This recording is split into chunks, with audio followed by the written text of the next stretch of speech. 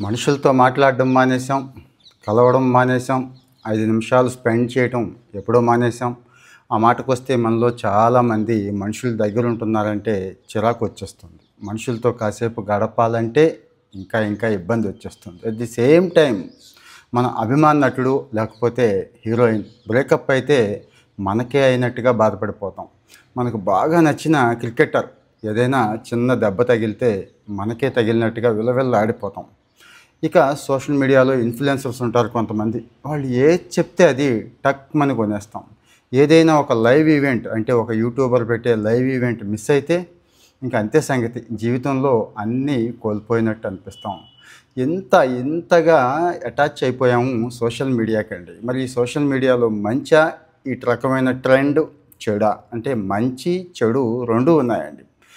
కత్తికి పదును ఎలా అయితే ఉంటుందో, 2 వైపులా పదునున్న కత్తి లాంటిది అంటాను చూడండి అలాగే. అలాగే ఒక కత్తిని ఎలా వాడుకోవచ్చో మీకు తెలుసు. మర్డర్‌లు వగైరా చేసేవాళ్ళు కొంతమంది అంటే చక్కగా కూరగాయలు కోసుకొని బతికేవాళ్ళు కొంతమంది. మరి ఇక్కడ ఏంటి ఈ ట్రెండ్ ఎందుకొస్తోంది? ఇలా ఏంటి అనేది చూద్దామండి. దీన్ని పారాసోషల్ రిలేషన్స్ అంటున్నారండి. అంటే ఏమీ లేదు. మనం ఎక్కువ కనెక్ట్ అయిపోతాం. ఎమోషనల్‌గా కనెక్ట్ అయిపోతాం. ఆళ్ళెవరో తెలీదు. ముక్కు, మొహం తెలీదు. వాళ్ళ పర్సనల్ లైఫ్ తెలీదు. కానీ వాళ్ళ మాట నచ్చుద్ది. వాళ్ళ హావభావాలు నచ్చుతాయి. వాళ్ళ ఫీలింగ్స్ అంటే వాళ్ళు చెప్తున్న విధానం నచ్చుతుంది. చెప్తున్న కంటెంట్ నచ్చుద్ది. ఓకే. ఇవన్నీ కూడా తప్పేమీ లేదు. కానీ ఇక్కడ ప్రమాదం కూడా ఉంది. తప్పేమీ లేదెందుకంటున్నానంటే కాస్త మేలు కూడా ఉంది. ఆ మేలేంటో చెప్తాను, ప్రమాదం ఉంది అది కూడా చెప్తాను. ముఖ్యంగా సినిమా యాక్టర్లు మీకు తెలుసండి. సెకండ్ వన్ వచ్చి స్పోర్ట్స్ పర్సనాలిటీస్. ఆ తర్వాత ఇక యూట్యూబర్లు, ఇన్‌ఫ్లుయెన్సర్లు ఉన్నారు కదా! రకరకాల వాళ్ళు. వాడెవడో ఏంటో కూడా తెలీదు కానీ ఇన్‌ఫ్లుయెన్సర్. అబ్బా! 1,00,000 మంది ఫాలోవర్స్ ఉన్నారు. అబ్బా! మిలియన్ ఫాలోవర్స్ ఉన్నారంటే ఇక ఆడు గొప్ప అన్నట్టు.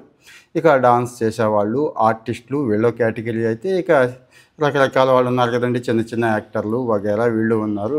వాళ్ళొకటి. సో, ఇక్కడ జరుగుతుంది ఏంటంటే వాళ్ళతో ఏ రోజు నేరుగా మాట్లాడం, ఏ రోజు కలవం. కానీ వాళ్ళ మీద విపరీతమైన అభిమానం పెంచేసుకుంటాం. విపరీతంగా వాళ్ళ మీద ప్రేమ పెంచేసుకుంటాం. ఎందుకంటే వాళ్ళు నిరంతరం సోషల్ మీడియాలో కనపడుతూ ఉంటారండి. కనపడుతున్నారంటే కారణం ఏంటంటే వాళ్ళకది రెవెన్యూ. వాళ్ళకది జీవనాధారం. వాళ్ళకి అదే బతుకు తెరువు. సపోజ్ కొంతమంది ఉంటారు కంటెంట్ ఇచ్చేవాళ్ళు. ఉదయం నుంచి సాయంత్రం దాకా ఏదో ఒకటి అంటే సపోజ్ న్యూస్ కంటెంట్ అనుకుందాం.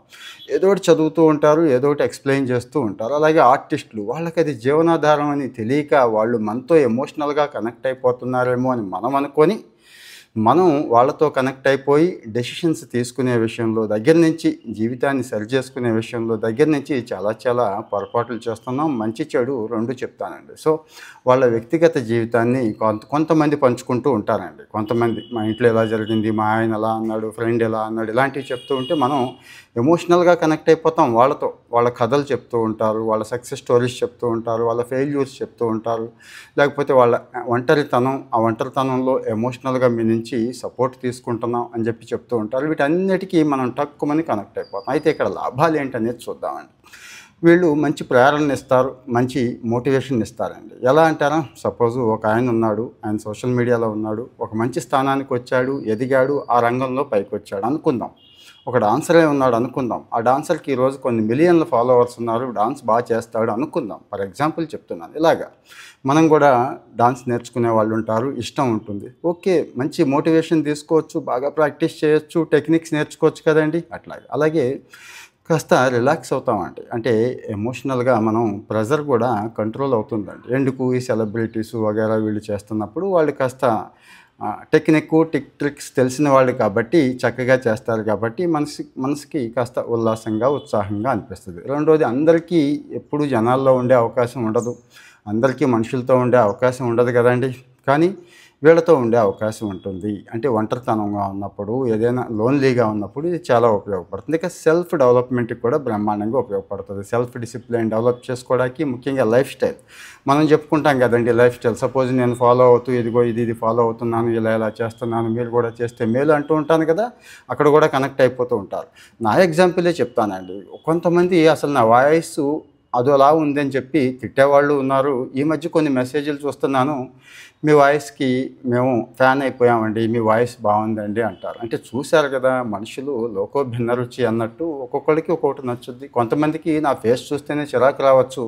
ఇంకొంతమందికి ఎవరినో చూసినట్టు, దగ్గర వాళ్ళని చూసినట్టు, దగ్గర బంధువులనో, ఆత్మీయులనో చూసినట్టు అనిపిస్తూ ఉండొచ్చు ఇది. ఇక నష్టాలేంటో చూద్దామండి. లాభాలు చెప్పుకున్నాం కదా! నష్టాలు ఇది చాలా చాలా ఇంపార్టెంట్ గుర్తుంచుకోండి. మనం ఎప్పుడైతే ఇందులోకి వెళ్ళిపోయి ఆ జనంతోనే ఉండిపోతున్నామో, ఐ మీన్ సోషల్ మీడియాలో ఉన్న వాళ్ళతోనే ఉండిపోతున్నామో, వాస్తవ జీవితానికి దూరం అయిపోతూ ఉంటాం గుర్తుంచుకోండి. అంటే అస్తమాను వాళ్ళతో కనెక్ట్ అయ్యి ఉంటే ఇంట్లో భార్య, పిల్లలు, భర్తతో కూడా దూరం అయిపోతూ ఉంటాం. ఫ్రెండ్స్‌తో కనెక్ట్ అయ్యేది తగ్గిపోతూ ఉంటుంది. చుట్టుపక్కల ఇంపార్టెంట్ చుట్టాలు, పక్కాలతో కూడా మనం టైం తగ్గించుకుంటూ ఉంటాం. కావాలంటే చెక్ చేసుకోండి మీరు. ఈ మొబైల్ లేని రోజులు, సోషల్ మీడియా లేని రోజుల్లో పర్టిక్యులర్‌గా పని కట్టుకొని మరీ వెళ్ళేవాళ్ళం. వారానికి ఒక రోజు, ఒక పూటో వెళ్ళి పలానా చోటో, పలానా వాళ్ళ ఇంటి దగ్గరో, లేకపోతే వాళ్ళు మన ఇంటికి రావడం. అది చూడండి ఒక్కసారి. అది అంతా ఎమోషనల్ బాండింగ్ ఉంటుంది. ఈ మధ్య ఎప్పుడైనా ఫోన్ చేసేస్తున్నాం కదా! వీలైతే వీడియో కాల్ చేసేస్తున్నాం కదా! లేకపోతే ఈ మధ్య ఇంకో ట్రెండ్ మొదలైంది. చిన్న చిన్న గ్రూప్స్ ఉన్నాయి కదండీ! వాట్సాప్ ఒకేసారి వీడియో కాల్ చేసేసుకుంటే అయిపోతుంది. ఏదో పర్టిక్యులర్ టైం పెట్టుకుంటారు. లేకపోతే వీక్లీ వన్స్ అనో, డైలీ వన్స్ అనో పెట్టుకొని ఆ 4 నిమిషాలు మాట్లాడుకొని ఇక కలవడాలు వగైరా ఏమీ లేవు. పోయినాయి అన్నీ కూడా. అలాగే గుర్తుంచుకోండి ఇది ఎమోషనల్‌గా చాలా మనం అక్కడ ఇన్వెస్ట్ చేస్తున్నామండి. చాలా అటెన్షన్ పెడుతూ ఉంటాం. చాలా మనసు పెడుతూ ఉంటాం. ఎక్కడ? ముక్కు, మొహం తెలియని వాడి మీద. గుర్తుంచుకోండి. ముక్కు, మొహం తెలియని పదార్థం మీద పెడుతున్నాం అన్నట్టే. సో, ఇది మనం ఎమోషనల్‌గా అలసిపోవడానికి కారణం అవుతుంది. ఎందుకంటే వాడికి ఏదో అవుతుంది.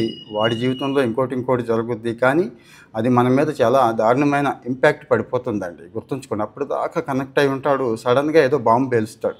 సడెన్‌గా ఏదో అంటాడు.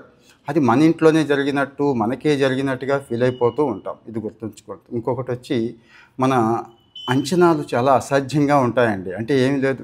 వాళ్ళ సెలబ్రిటీసు పర్ఫెక్ట్‌గా ఉన్నట్టు అనిపిస్తది మనకి. వాళ్ళు మంచి ఫిట్‌గా ఉన్నట్టు అనిపిస్తది. అందంగా ఉన్నట్టు అనిపిస్తది. బాగా సక్సెస్‌ఫుల్‌గా ఉన్నట్టు అనిపిస్తది. ఎందుకంటే ఎక్కువ మంది సక్సెస్ స్టోరీసే షేర్ చేస్తారండి. అంతే తప్పించి ఫెయిల్యూర్స్ షేర్ చేస్తే ఎక్కువ మంది చూడరు. నచ్చదు కూడా మనకి. ఆ ఏడుపు కొట్టు జీవితాలు అయ్యి నచ్చదు. అంటే మొహానికి రంగేసుకొని, చక్కగా లైటింగ్ ఏసుకొని, అన్నీ పెట్టుకొని, మంచి వీడియో ఎడిటింగ్స్ పెట్టుకొని, వాయిస్ ఓవర్లు పెట్టుకొని, ఇన్ని బాగా చేస్తే పర్ఫెక్ట్‌గా అనిపించక ఏమనిపిస్తది అంటే సినిమా యాక్టర్ ఒక రేంజి, డైరెక్టర్ వగైరా మ్యూజిక్ అందరూ ఉంటారు కదండీ! వీళ్ళు కాస్త లైట్ రేంజ్ అన్నట్టు. సో, అది పర్ఫెక్ట్ అని అర్థం చేసుకొని మనం ఆ పర్ఫెక్షన్ కోసం ట్రై చేయడం ఒకటి, అంత పర్ఫెక్ట్‌గా మన జీవితం లేదే అని బాధపడడం రెండోది. ఇవి చాలా ప్రమాదం అవుతుందండి. ఇక తర్వాత వచ్చి వ్యసనం. ఇక రోజు ఆ లైవ్‌లు వాళ్ళు పెట్టే దిక్కుమాలిన లైవ్‌లు చూడకపోయినా, వాళ్ళేదో ఈవెంట్లు పెడుతూ ఉంటారు. అవి చూడకపోయినా, వాళ్ళు చెప్పింది కొనకపోయినా, మనలో మనం ఫీల్ అయిపోతూ ఉంటాం. అరే! మనోడు చెప్పాడే అంటే ఎలా ఉంటదంటే వీళ్ళంతా ఏదో వాడి గ్యాంగ్ లాగా తయారైపోతారండి. వాడు చెప్తే చేసేయాలి అంతే. చేయకపోతే ఏదో లోపం చేసినట్టు. వాడే చెప్పేస్తూ ఉంటాడు. నేను చెప్పింది చేయకపోతే ఇలాగా, చేసిన వాళ్ళు అలాగా, ఇలాగని. అంటే ఒక రకంగా వాడు మిమ్మల్ని ఒక ట్రాన్స్‌లోకి తీసుకెళ్ళిపోతాడండి. హిప్నటైజ్ చేసేస్తారు గుర్తుంచుకోండి. ఆ హిప్నటైజ్ అయిపోతున్నారు గుర్తుంచుకోండి. అలాగే ఇక ఈ ఈ భ ఇందులో పడిపోయి తప్పుడు నిర్ణయాలు తీసుకుంటున్న వాళ్ళు చాలా ఎక్కువ మంది ఉన్నారు గుర్తుంచుకోండి. తప్పుడు నిర్ణయాలంటే ఏం కాదండి, హెల్త్ ఇన్‌ఫ్లుయెన్సర్‌లు అని చెప్తారు. ఈరోజు నేను బాగున్నాను, సూపర్‌గా ఉన్నాను. ఇంకా ఏదో ఒకటి తీసుకొచ్చి ఇగో ఈ ప్రొడక్టే, దీనివల్లే, ఇది తాగడం వల్లే అని చెప్పి చాలా అందంగా చెప్తాను, సూపర్‌గా చెప్తాను, మీ మనసుకు హత్తుకుపోయేలా చెప్తాను. అంతే ఇంకేముంది, మీరు కూడా ఆ ప్రోడక్ట్ కొనేస్తారు, తాగేస్తారు, ఉన్న ఆరోగ్యం మొత్తం పాడు చేసుకుంటారు కదా! ఎగ్జాంపుల్ చెప్తున్నాను. అలాగే అన్ని చోట్ల ఇదే ఉంది. అటు ఫైనాన్షియల్ దగ్గర నుంచి అన్ని చోట్ల కూడా ఇదొక వ్యసనం అయిపోయిందండి. వీళ్ళు ఏది చెప్తే అది. షారుఖ్ ఖాన్ చెప్తున్నాడని చెప్పి అదేంటి ఖైనీలు తినేవాళ్ళు ఉన్నారు. మహేష్ బాబు చెప్తున్నాడని చెప్పి కూల్ డ్రింకులు తాగేవాళ్ళు ఉన్నారు. మీరే చెప్పండి. ఇంకా ఎన్నున్నాయో ఇక్కడ కామెంట్లో దయచేసి చెప్పండి. నిజమా కాదా? అంటే ఒక మాదిరి ఇన్‌ఫ్లుయెన్సర్ల దగ్గర నుంచి సినిమా హీరోల దాకా మిమ్మల్ని ఇన్‌ఫ్లుయెన్స్ చేస్తున్నారా? చేయట్లేదా? చేస్తే ఎలా చేస్తున్నారు? ఎలా? మీరు బుట్టలో పడుతున్నారా లేదా? ఒక వస్తువు కొంటున్నాం, ఒక నిర్ణయం తీసుకుంటున్నప్పుడు మనం మన మనసు, మన మెదడు వాడుకొని నిర్ణయం తీసుకుంటున్నామా? లేకపోతే ఇంట్లో వాళ్ళని, కనీసం పెద్దవాళ్ళను, ఫ్రెండ్స్‌ను, కాస్త తెలిసిన వాళ్ళని కాంటాక్ట్ చేసి తీసుకుంటున్నామా? లేదు, ఓన్‌గా తీసేసుకుంటున్నాం అనుకుంటాం కదండీ! ఈ ఇన్‌ఫ్లుయెన్స్ పడుతుందో లేదో ఒకసారి చెక్ చేసుకోండి. ఒక డ్రెస్ కొన్నా, ఒక ప్రోడక్ట్ కొన్నా, ఏదైనా కానీ ఇంట్లోకి ఏదైనా ఒక వస్తువు కొన్నా, లేకపోతే ఒక ఫుడ్ ఆర్డర్ ఇచ్చినా కూడా కావాలంటే చెక్ చేయండి ఒకసారి. సో మరి ఈ ఇన్‌ఫ్లుయెన్సర్స్ ఈ రకంగా చేస్తున్నారు కాబట్టే వాళ్ళకి ఏం జరిగినా మనకే జరిగినట్టు, వాళ్ళు ఏం చెప్పినా మనం చేసేయాలన్నట్టు ఫీల్ అయిపోయి ఇలా చేసేస్తున్నారు. మరి ఏం చేయాలి? దీని నుంచి ఎలా బయటపడాలి అంటే గుర్తుంచుకోండి, మంచి కోసం వాడండి, స్ఫూర్తిగా తీసుకోండి. ఇందాక చెప్పాను కదా డాన్సర్ ఎగ్జాంపుల్, ఒక ఫిట్‌నెస్ ఎక్స్‌పర్ట్ ఎగ్జాంపుల్, వాళ్ళని స్ఫూర్తిగా తీసుకోండి, అంతవరకే. పోలికలు అసలు చేయొద్దు. వాళ్ళలాగా మనం లేమే అని బాధపడొద్దు. వాళ్ళలాగా మనం మాట్లాడట్లేదే, వాళ్ళలాగా మనం అలా లేమే, ఇలా లేమే ఇవి పెట్టుకోవద్దండి. ఆ రంగులేమే, ఈ రూపులేమే అనేది వద్దు. ఎవరిది వాళ్ళదే, ఎవరి గొప్పతనం వాళ్ళదే. సోషల్ మీడియాలో ఉన్నంత మాత్రాన వాడు గొప్ప కాదనేది గుర్తుంచుకోండి. మనం సినిమా యాక్టర్ల గురించి కూడా చెప్తూ ఉంటాం కదా, ఎందుకు పనికిరానోడు సినిమా యాక్టర్ అవుతాడండి, సినిమా హీరో అవుతాడండి. ఒక రకంగా వాళ్ళకి అది జీవనోపాధి, అంతే తప్పించి వాళ్ళేమి లైఫ్ గురూస్ కాదనేది గుర్తుంచుకోండి. సో మరి ఇవి చూస్తూ వాస్తవ జీవితంలో ఉండండి. ఇంట్లో వాళ్ళు ఎంతసేపు ఉంటున్నాం, ఎంతసేపు డిస్కస్ చేస్తున్నాం, ఫ్రెండ్స్తో, బెస్ట్ ఫ్రెండ్స్తో ఎంత కలుస్తున్నాం, ఎంతవరకు ఉంటున్నాం గుర్తుంచుకోండి. అలాగే ఎమోషనల్గా ఇన్వెస్ట్మెంట్ చేయొద్దు, గుర్తుంచుకోండి. మీ ఎమోషన్స్ అన్నీ తీసుకెళ్ళి వాళ్ళకి అప్పచెప్పొద్దు. ఇంకా ఫైనల్గా వచ్చి స్క్రీన్ టైం ఉంది, ముఖ్యంగా అది. ఈ స్క్రీన్ టైంకి ఒక లిమిట్ పెట్టుకోండి.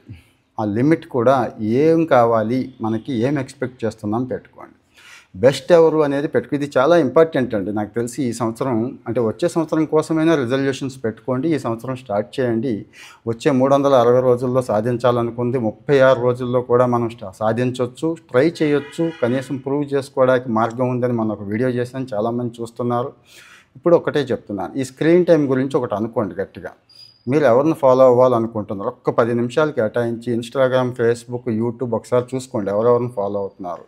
అన్‌ఫాలో కొట్టేసేయండి. అంటే మిమ్మల్ని డిస్టర్బ్ చేసేవాళ్ళని అన్‌ఫాలో కొట్టేయండి. ఇక లైకులు మీకు తెలుసు కదండి, ఏ వీడియో అయితే లైక్ కొడితే అయ్యే మళ్ళీ మళ్ళీ వస్తాయి, ఆ టైప్ వస్తాయి కదండి. సో ఎవరికి లైక్ కొట్టాలో కూడా ఆలోచించుకొని, పెట్టుబడి అండి ఇది, గుర్తుంచుకోండి. ఏది మీరు పెడుతున్న పెట్టుబడి వాళ్ళకి, గుర్తుంచుకోండి, మీ విలువైన సమయం. సో సమయం ఒకటే అనుకుందామంటే కాదు, ఎమోషన్స్, మీ జీవితాన్నే పెట్టుబడి పెట్టేస్తున్నారు. కాబట్టి దయచేసి ఎవరు కూడా ఈ ట్రాప్లో పడకూడదు అని చెప్పి నేను ఇది ఇస్తున్నానండి. సో మరి సోషల్ మీడియా రిలేషన్స్, నిజ జీవిత రిలేషన్స్ని ఓవర్కమ్ చేసేసే రోజు వచ్చేసింది. ఆ ఇబ్బందులు కనబడుతున్నాయి కాబట్టి యాజ్ ఏ సోషల్ సైంటిస్ట్గా నేను మీకు ఇవన్నీ షేర్ చేస్తున్నాను.